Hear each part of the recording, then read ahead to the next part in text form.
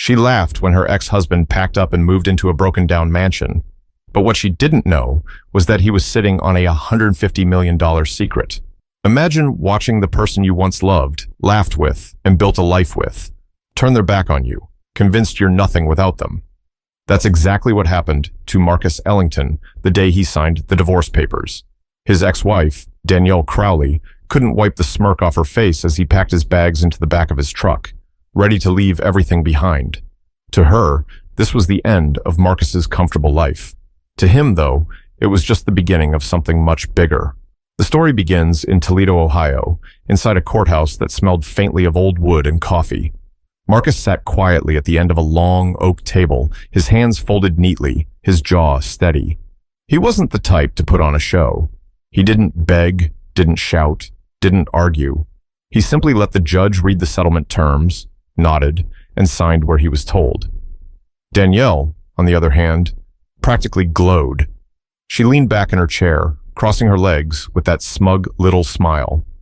To her, it was victory. She had the house in the suburbs, the new SUV, the vacation property in Florida. Marcus walked away with nothing more than a few personal belongings, his old truck, and a mansion she loved to mock. The place was technically his family estate, a sprawling stone mansion just outside Sandusky, sitting on land that had once been beautiful but was now covered in weeds and overgrown vines. To Danielle, it wasn't a home. It was a punchline. She called it a ruined castle, bragging to her friends that Marcus would be living like some washed-up recluse in a haunted shell of a house. When they walked out of the courthouse, Danielle whispered just loud enough for Marcus to hear, "So, you're really going back to that dump? You know, I'd almost feel sorry for you, if I wasn't so busy moving on with my life." Marcus didn't take the bait. He simply lifted his eyes to meet hers and said, "Don't worry about me, Danielle. I'll be just fine." She laughed, a sharp, cutting laugh that drew the attention of people standing nearby. For her, it was the final word. For Marcus, it was just noise. He had bigger things on his mind than a bitter ex-wife's amusement. As he drove away in his old Ford pickup, Marcus glanced in the rearview mirror, watching Danielle shrink into the distance. He felt no anger, no regret, just a calm certainty. What Danielle didn't know, what nobody knew, was that Marcus still held the keys to something far greater than the house she mocked. An inheritance his late uncle had left him, quietly tied up in trusts and investments, worth far more than she could ever imagine. But Marcus wasn't the kind of man to brag. He wasn't about to rub it in her face. Instead, he headed toward the mansion with a quiet determination, almost eager to step inside the ruins that Danielle thought symbolized his failure. Because to him, it was never about the walls, or the peeling paint, or the broken windows. It was about rebuilding, about starting fresh. And for the first time in years, Marcus felt a strange sense of freedom. But freedom isn't always comfortable. When he finally pulled into the long gravel driveway, weeds brushing the sides of his truck, the reality of what lay ahead hit him. The house loomed tall and tired, like a giant scarred by time. Windows were cracked, the roof sagged in places, and ivy had nearly swallowed one side of the building. Most people would have turned around right then, not Marcus. He parked, stepped out, and walked up the creaking front steps, the keys heavy in his hand. As he unlocked the door and pushed it open, dust swirled into the air. The mansion groaned like it was waking from a long sleep. Marcus coughed, but he smiled. "Well," he muttered to himself, "let's see what we can do with this." But Danielle's laughter still echoed in his ears, and it wouldn't be long before her smugness turned into something else entirely. The courthouse in downtown Toledo wasn't grand. It wasn't marble floors and gold ceilings like you'd picture in a movie. It was ordinary, gray walls, fluorescent lights, and the faint hum of old air vents. Yet, for Marcus, that room carried the weight of a decade of marriage collapsing into a single morning. As the judge shuffled papers, reading through the list of what belonged to who, Marcus barely moved. He sat with his elbows resting on the table, his eyes steady on the stack of documents in front of him. A pen sat in his hand, though he hadn't written anything yet. His lawyer leaned close and whispered, "You sure about this? You're giving her nearly everything." Marcus didn't blink. "She wants it. She can have it," he said softly. Across from him, Danielle sat in a sharp navy blue blazer. Her nails were perfectly done, bright red, tapping lightly on the table as if she couldn't wait for this to be over. She caught Marcus's words and leaned forward, smirking. "That's because he doesn't have anything left worth fighting for," she said loudly, making sure the room could hear. The judge cleared his throat, but Danielle leaned back again, crossing her legs with a satisfied sigh. Marcus glanced at her, then back at the papers. He signed, slid the sheet forward, and waited for the judge to declare it official. And just like that, a marriage that once had promises of forever was dissolved with ink and silence. When the session ended, Danielle stood quickly, her heels clacking against the linoleum floor. A couple of her friends, women Marcus had seen at their house for book clubs and wine nights, were waiting outside. They greeted her with sympathetic hugs, though their eyes carried the thrill of gossip. Marcus walked past them without a word, pushing the heavy courthouse doors open to step into the gray Ohio sky. Danielle called after him, her voice dripping with false pity. "Good luck in that broken-down mansion of yours, Marcus. Maybe you'll find a raccoon to keep you company." One of her friends giggled, covering her mouth. Danielle smirked again. For her, this wasn't just the end of a marriage, it was a performance, and she wanted the audience to see her win. Marcus turned back once, not with anger, but with something she hadn't expected. Calm, steady. He looked her dead in the eye and said, "I don't need luck. You'll see." The words hung there for a moment, and Danielle's smirk faltered just slightly. She waved him off, pretending not to care, but a shadow of curiosity flickered in her eyes. Outside in the parking lot, Marcus climbed into his truck. The old Ford roared to life, spitting smoke as he shifted it into gear. He gripped the steering wheel, staring straight ahead. Divorce wasn't how he pictured his life at 41. He had imagined kids, family dinners, laughter in the backyard. But instead, he had silence. Silence. And a mansion everyone believed was worthless. Still, there was no bitterness in him. He knew Danielle's laughter wouldn't last forever. People often laughed loudest right before the truth caught up with them. He pulled out of the lot, passing Danielle and her friends as they stood gossiping by her shiny new SUV. She looked at him once more, and though her lips curled into a grin, her eyes darted away when he didn't flinch. The road ahead stretched toward Sandusky, where the mansion waited. And Marcus, though outwardly calm, felt the quiet fire of determination burning in his chest. But Danielle didn't just laugh that day. She told stories too, and those stories would soon come back to haunt her. Danielle never wasted time keeping quiet. By the very next weekend, she was sitting at a trendy restaurant in downtown Toledo with 3 of her closest friends, sipping on a glass of Pinot Grigio. The clink of glasses and chatter filled the room, but Danielle's voice carried above the rest. "You should have seen him," she said, leaning across the table. "He signed those papers like it was nothing. Not a word, not a fight, just done. And then, get this, he's actually moving into that old, rotting mansion outside Sandusky." Her friends gasped and laughed, the way people do when they know they probably shouldn't. One of them, a tall woman with short brown hair, shook her head. "That place? The one with the roof falling in? I drove past it last summer. It looked like something out of a horror movie." "Exactly," Danielle said with a smirk. "He thinks he's going to live there like some kind of nobleman. But it's a dump. I almost felt bad for him." "Almost."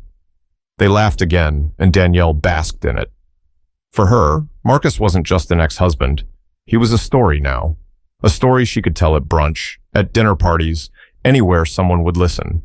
Every detail exaggerated just enough to keep the spotlight on her.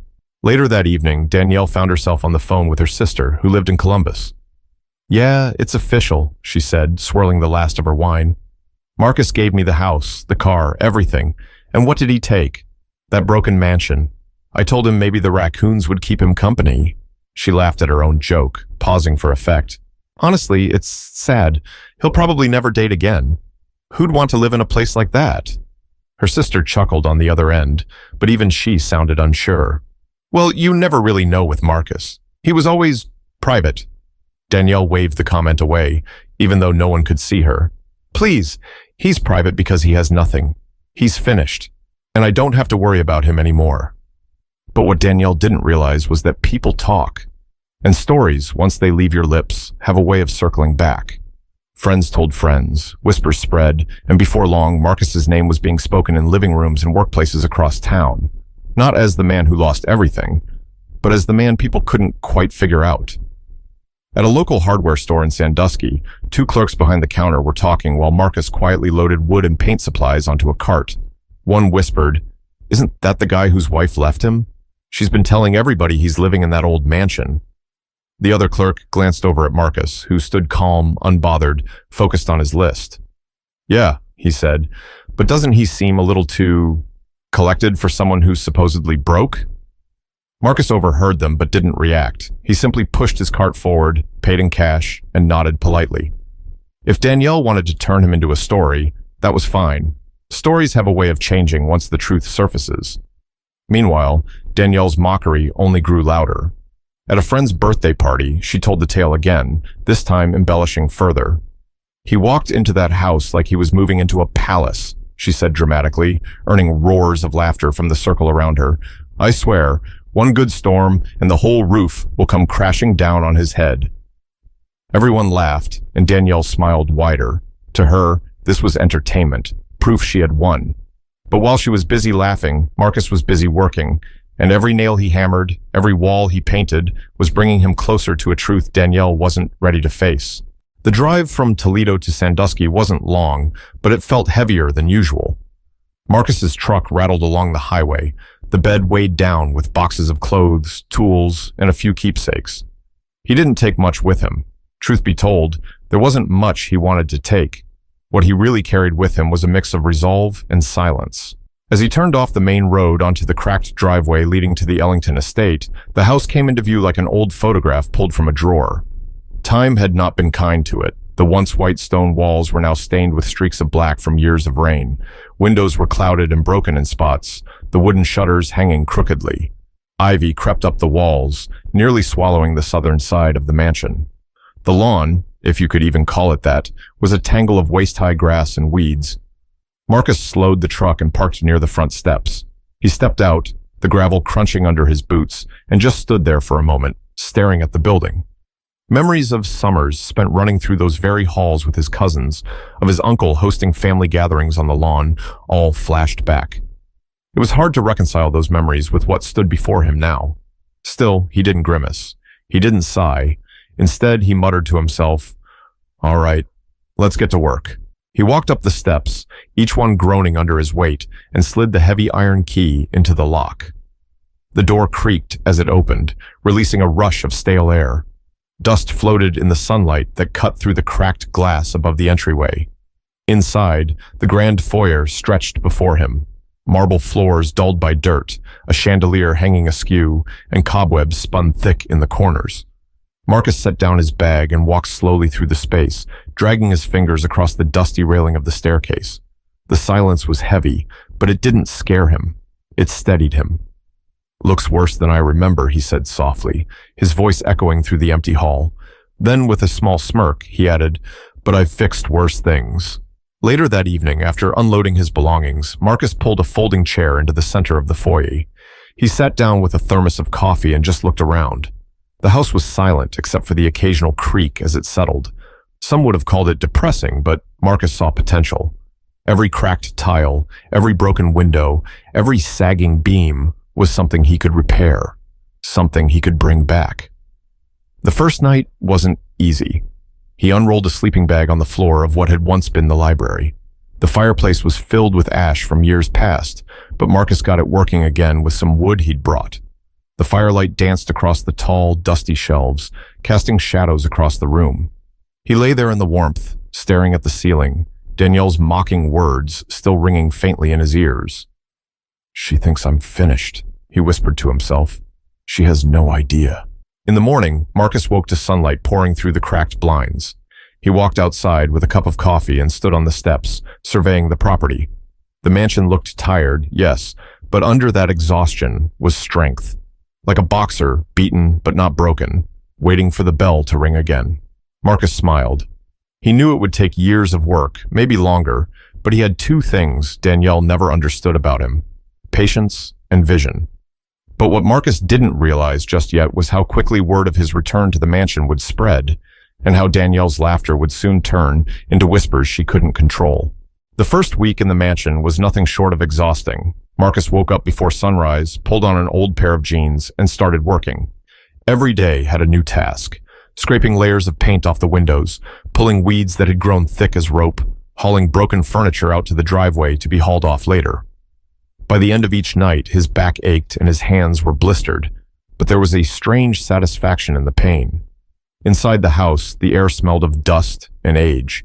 He spent hours sweeping floors, scrubbing walls, and opening windows to let light pour back into rooms that had been shut for years. The grand dining hall was the hardest to face at first.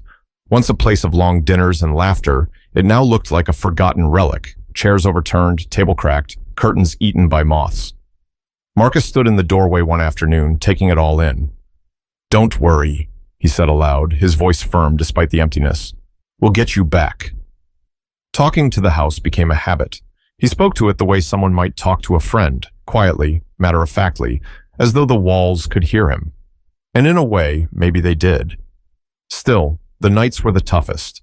The silence stretched on too long, broken only by the sound of the wind rattling the windows or the distant cry of an animal in the woods. Marcus would sit in front of the fireplace, a mug of coffee in hand, staring into the flames. Loneliness pressed on him, but he refused to call anyone. He knew if he reached out, it would feel like weakness, and he wasn't willing to give Danielle that victory, even indirectly. One evening, as Marcus was hauling out broken boards from the old sunroom, a neighbor stopped by. An older man in his 60s, wearing a ball cap and carrying a toolbox, walked up the driveway. "You must be Ellington's boy," the man said, extending his hand. Marcus wiped his palms on his jeans before shaking it. "That's me. And you are?" "Name's Howard Bell. Live about 2 miles down the road. Used to help your uncle with some repairs around here." Marcus nodded, smiling slightly. "Good to meet you, Howard. Place looks a little rough these days, huh?" Howard chuckled. "Rough's one word for it. Most folks around here figured this place would just rot away. Didn't think anyone would try to bring it back." Marcus shrugged. Most folks weren't raised in it. Howard studied him for a moment, then tipped his cap. "Well, if you need an extra pair of hands, I've still got some tools, and a lot of free time." That night, Marcus sat by the fire again, thinking about the offer. He'd always been self-reliant, but even he knew the work ahead was bigger than just one man. Maybe help wasn't weakness after all. But while he was slowly breathing life back into the house, Danielle was still out there, spinning her stories louder than ever. She thought Marcus was drowning, but the truth was, he was finally learning how to swim on his own. But Danielle's circle of friends wasn't the only one keeping tabs. Rumors about Marcus's real fortune were starting to spark, and those whispers had a way of growing louder. While Danielle was busy polishing her new life for friends to admire, Marcus was quietly tending to matters she knew nothing about. The Ellington mansion wasn't just a house. It was a key. His late uncle, Richard Ellington, had been a shrewd investor and businessman, the kind of man who thought 5 steps ahead of everyone else. When Richard passed away, most assumed he'd left nothing more than memories and that rundown estate. What few people realized was that Richard had structured his wealth carefully, tied up in trusts and real estate portfolios that were only accessible to Marcus. One afternoon, Marcus drove into downtown Sandusky to meet with a financial advisor his uncle had trusted for years. The office was tucked into a modest brick building near the lakefront. Nothing flashy, nothing to draw attention. Marcus walked in wearing his usual work jeans and boots, which earned him a quick glance from the receptionist before she led him to a back office. "Mr. Ellington," the advisor, a man named Douglas Grant, said as he stood to shake his hand, "I wasn't sure when you'd come in. Richard always said you'd take your time." Marcus gave a polite smile. "I like to keep things quiet." Douglas opened a drawer and pulled out a thick folder, setting it on the desk. "Well, quiet is good, because what's in here would cause quite a stir if people knew." Marcus sat down and flipped the folder open. Inside were documents, trust accounts, property deeds, investment statements, line after line of numbers stacked neatly, balances that would make most people dizzy. Douglas tapped one page in particular. "Your uncle left you the controlling interest in several commercial properties across Ohio and Michigan. The trust holds about $150 million in assets, liquid and otherwise. It's all yours, and all off the radar. Nobody but you and I know the details." Marcus studied the paper for a long moment before closing the folder. He didn't grin, didn't gloat, didn't even exhale heavily. He just nodded. "Good. That's how I want to keep it." Douglas raised an eyebrow. "Most people in your shoes would be shouting this from the rooftops." "I'm not most people," Marcus replied. Driving back to the mansion, Marcus thought about Danielle. She had laughed, told her friends he was broke, and paraded her version of victory through restaurants and phone calls. If she only knew the truth, that the man she mocked was worth far more than the SUV she bragged about, she'd choke on her laughter. But Marcus wasn't interested in revenge. His satisfaction didn't come from rubbing her nose in what she'd lost. It came from standing in the silence of the mansion, watching beams of sunlight stretch across the dusty floorboards, knowing he had the power to rebuild not only the house, but his life. That evening, he pulled out the old family ledger from a wooden chest in the library. His uncle had kept detailed notes about the estate from the day it was built in the early 1900s until his final years. Marcus flipped through the yellowed pages, smiling faintly at the handwriting he recognized. In the margins were small notes like, "Keep this property for family only," and "One day, this place will rise again." Marcus leaned back in his chair, running a hand over the pages. "I'll do it, Uncle Richard," he said quietly. "I'll bring it back." The fire crackled beside him, casting a glow across the room. He didn't need Danielle to know. He didn't need anyone to clap for him.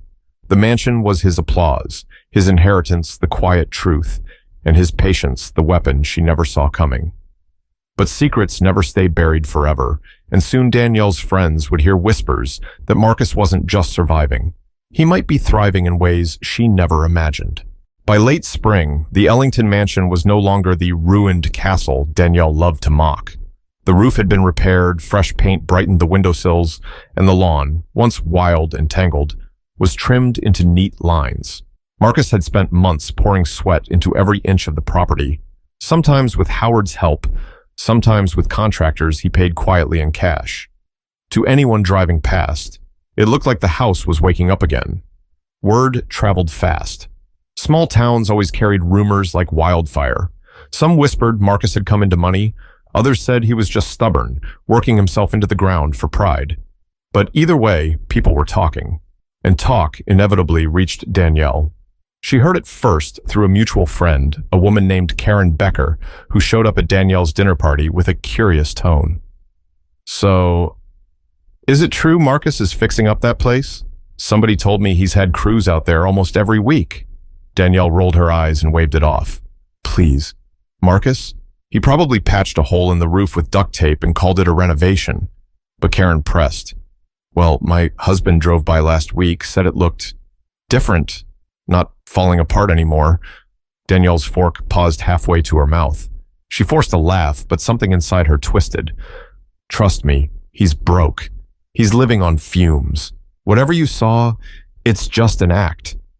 Yet that night, long after the guests had gone, Danielle scrolled her phone restlessly, trying to find a picture, a post, anything that proved Marcus was bluffing. There was nothing. Marcus had no social media, no public footprint. Silence. That silence ate at her. A week later, Danielle drove to Sandusky under the excuse of running errands. She told herself it was just curiosity, nothing more. But when she turned onto the long gravel driveway and saw the mansion, her jaw tightened. The house stood tall again, proud in its stature. Fresh shingles lined the roof, the windows gleamed, and the grass swayed neatly in the breeze. It wasn't perfect yet, but it was far from the wreck she had last seen. Marcus was outside near the porch, unloading lumber from his truck. He looked up as her SUV crunched down the drive. His face stayed calm, unreadable. Danielle rolled down the window halfway. "Well," she said, forcing a laugh. "Looks like you've been busy." Marcus wiped his hands on a rag, leaning casually against the railing. "Busy enough." Danielle stepped out of the car, her heels clicking against the gravel. "You didn't tell me you were actually doing all this. Everyone's been talking." Marcus tilted his head slightly. "Why would I tell you?" She smirked, though her eyes darted across the mansion. "So, what's the deal, Marcus? You win the lottery? Get a secret job you never told me about?" Marcus chuckled softly, shaking his head. "You really think money is something I needed from you?" Danielle stiffened. "Then where is all this coming from?" Marcus studied her for a long moment before answering. "Let's just say not everything I had was on paper in that courtroom. Some things aren't meant to be public." Her mouth opened, but no words came out. For the first time, the laugh she'd carried for months wavered. She tried to regain it, crossing her arms. "Well, good for you, I guess." Marcus stepped closer, his tone even. Danielle, you spent so much time telling everyone I was finished, you forgot something. I don't need to prove you wrong. All I have to do is keep living, and that's exactly what I'm doing. The silence stretched between them. Danielle shifted uncomfortably, glancing at the mansion again. It looked nothing like the joke she'd made it out to be, but Danielle still hadn't seen the full picture, and soon, the truth about just how much Marcus had inherited would hit her harder than any insult ever could. Danielle couldn't get the image of the mansion out of her head. For weeks she had laughed at the thought of Marcus living in squalor, and now she had seen with her own eyes that the house wasn't dying. It was coming alive. That bothered her more than she wanted to admit. The breaking point came one Saturday afternoon when she ran into an old mutual acquaintance at a cafe in downtown Toledo. He leaned across the table, lowering his voice. You know, I heard Marcus has more money than people think. My cousin works at a bank in Sandusky. Said he came in with documents tied to some trust. Big numbers. We're not talking pocket change. Danielle froze, her cup halfway to her lips. She forced a laugh, but her chest tightened. Oh, please, Marcus. He doesn't even own a decent suit. The man just shrugged. Suit or not, people say he's worth more than you could imagine. That night, Danielle sat in her kitchen alone, staring at her wine glass. She remembered every mocking comment she'd made, every story she'd exaggerated, every laugh she had shared at Marcus's expense. And now the possibility that she had walked away from someone who wasn't ruined at all but quietly thriving, that cut deeper than she cared to admit. Meanwhile, Marcus's life was steadily building. Contractors finished repairing the east wing of the mansion. The library had new shelves, the dining hall had a polished table again, and the gardens, once a mess of weeds, were taking shape. Neighbors who had once whispered now stopped by to admire his work. Some even offered to lend a hand. One evening, Marcus hosted a small dinner in the dining hall. Howard sat at the table with his wife, along with a few other locals who had grown fond of Marcus's determination. The laughter in that room was real, warm, nothing like the hollow kind Danielle had paraded at her parties. As plates were passed around, Howard raised his glass. To new beginnings. This house was dying. Now look at it. You brought it back, Marcus. Marcus smiled humbly, lifting his own glass. I didn't do it alone. I just kept showing up. But later that week, Danielle appeared one last time. She pulled into the driveway, her SUV gleaming, but her eyes less certain than before. Marcus was trimming the hedges when she approached. I heard things, she began, her voice lower than usual. People are saying you came into money, that you've been hiding something all this time. Marcus paused, setting down the shears. He looked at her for a long moment before answering. Why does it matter to you, Danielle? Her lips parted, but she didn't have an answer. Finally, she said, I thought you were finished. I thought you had nothing. Marcus nodded slowly. And you laughed at me for it. But here's the thing. You shouldn't measure people by what they lose. You should measure them by what they do with what they still have. You saw failure. I saw opportunity. She looked down, embarrassed, fidgeting with her keys. For once, she had no clever remark. Marcus walked past her, heading back toward the house. Over his shoulder, he added, Sometimes losing what you think you need is the only way to find out what you're really capable of. Danielle stood frozen as Marcus disappeared inside, the sound of the heavy door closing echoing in her ears. In the end, Marcus didn't need revenge. The mansion, the inheritance, and the peace he found in rebuilding spoke louder than anything else. Danielle's laughter had faded, replaced by silence, and maybe even regret. And that's the lesson here. Never assume someone's story ends just because a chapter closed. Don't measure others by what they seem to have lost. People can surprise you. They can rebuild, grow, and rise in ways you never expected. If you've ever been underestimated, laughed at, or written off, remember Marcus's story. Keep building, keep working, and let your results speak for you. Because sometimes the best response isn't anger or revenge, it's success. If this story made you think twice about judging others too quickly, share it with someone who might need to hear it. And remember, every ending can be the start of a new beginning.